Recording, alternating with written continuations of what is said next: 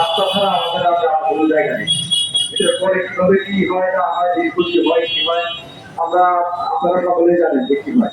আমরা আজকে দাঁড়িয়েছি, আমরা আমার অনুস্পতি সহকর্মী, আমার খুবই স্নেহভাজন ইমরান হোসেন মনির, যিনি রাস্তাঘাট টেলিভিশনের রাজবাড়ী জেলা প্রতিনিধি, তার উপর হামলা হয়েছে রাজবাড়ির ডিসি অফিসে।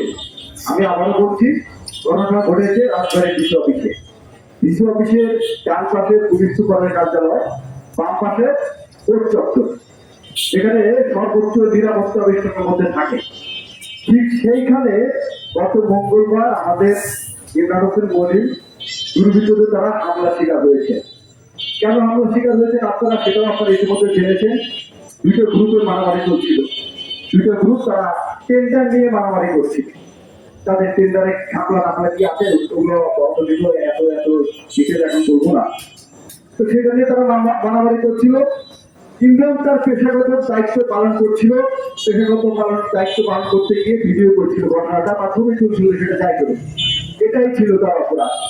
ঠিক আছে ভাই, আমি মেনে নিলাম আপনাদের ভিডিও করলে আপনাদের সমস্যা।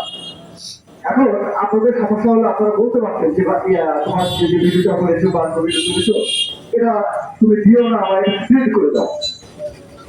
তারা সেখানে বাচ্চানি করে, গুন্ডামি করে, দানবীয় ভাবে, নির্মম ভাবে আমার ইমরান হোসেন মনির উপর হামলা করেছে, তাকে রক্তাক্ত করেছে।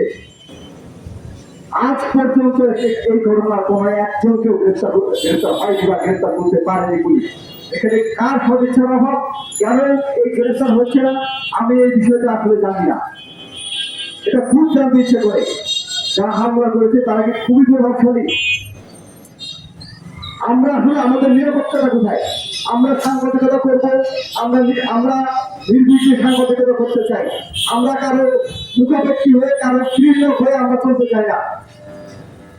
যারা হামলা করেছে, এখন আমরা আসলে দাবিটা কার কাছে করবো? এখানে আমি বুঝতে পারি না যে আমাদের দাবিটা করতে হবে কেন। এমন জায়গায় ঘটনাটা ঘটেছে যেখানে একেবারে সর্বোচ্চ নিরাপত্তা থাকে, এখানে দাবিটাই বা করতে হবে কেন? মামলা হয়েছে ঘটনার 2 দিন পরে, মামলা হয়েছে, মামলার পর আজ পর্যন্ত মামলার কোনো ফলো আপ নাই। তো আমি এই যে ঘটনাটা ঘটেছে, আমি রাজবাড়ির জেলা প্রশাসন আছে, পুলিশ প্রশাসন আছে, তাদের বিবেকের উপর ছেড়ে দিল যে আপনারা কি করবেন। আপনারা মহোদয়, আপনারা আমাদের প্রভু বলে যাই বলি, আপনারা সবকিছু আপনাদের বিবেকের উপর, আপনাদের বিবেচনার উপর ছেড়ে দিল, আপনারা যা খুশি করেন। ধন্যবাদ সবাইকে। যারা বিধান করছে তাদের কাজটিও কিন্তু আমাদের মনে গুরুত্ব জাগে। আজকে ঘটনার 1 সপ্তাহ পার হয়ে গেলে একটি মামলা হয়েছে, আমাদের সহকর্মী মামলা দায়ের করেছে, কিন্তু আমরা কি দেখতে পেলাম?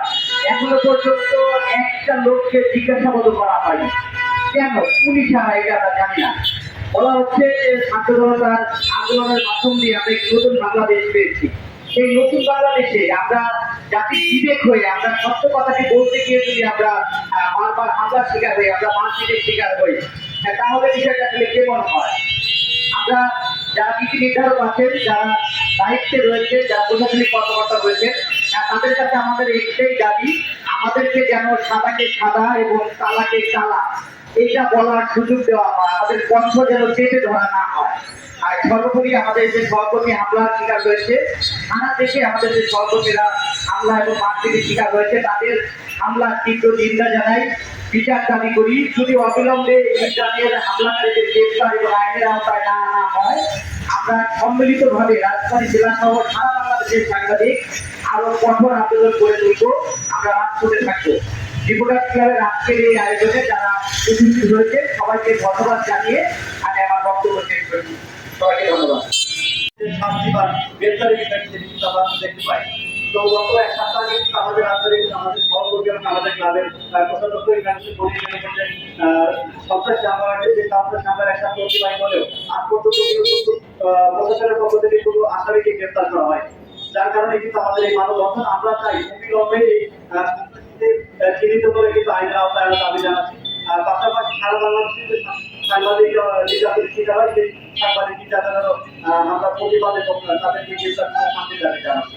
এবং আজকে মানববন্ধন থেকে আমি সবাইকে আবারও বলতে চাই যে আমাদের এই মানববন্ধনের যে বিষয়বস্তু, সেই বিষয়বস্তু থেকে প্রশাসন দ্রুত ব্যবস্থা গ্রহণ না করে তারা কিন্তু আমরা পরবর্তীতে বৃহত্তর কর্মসূচি দিতে বাধ্য হবো। ধন্যবাদ সবাই।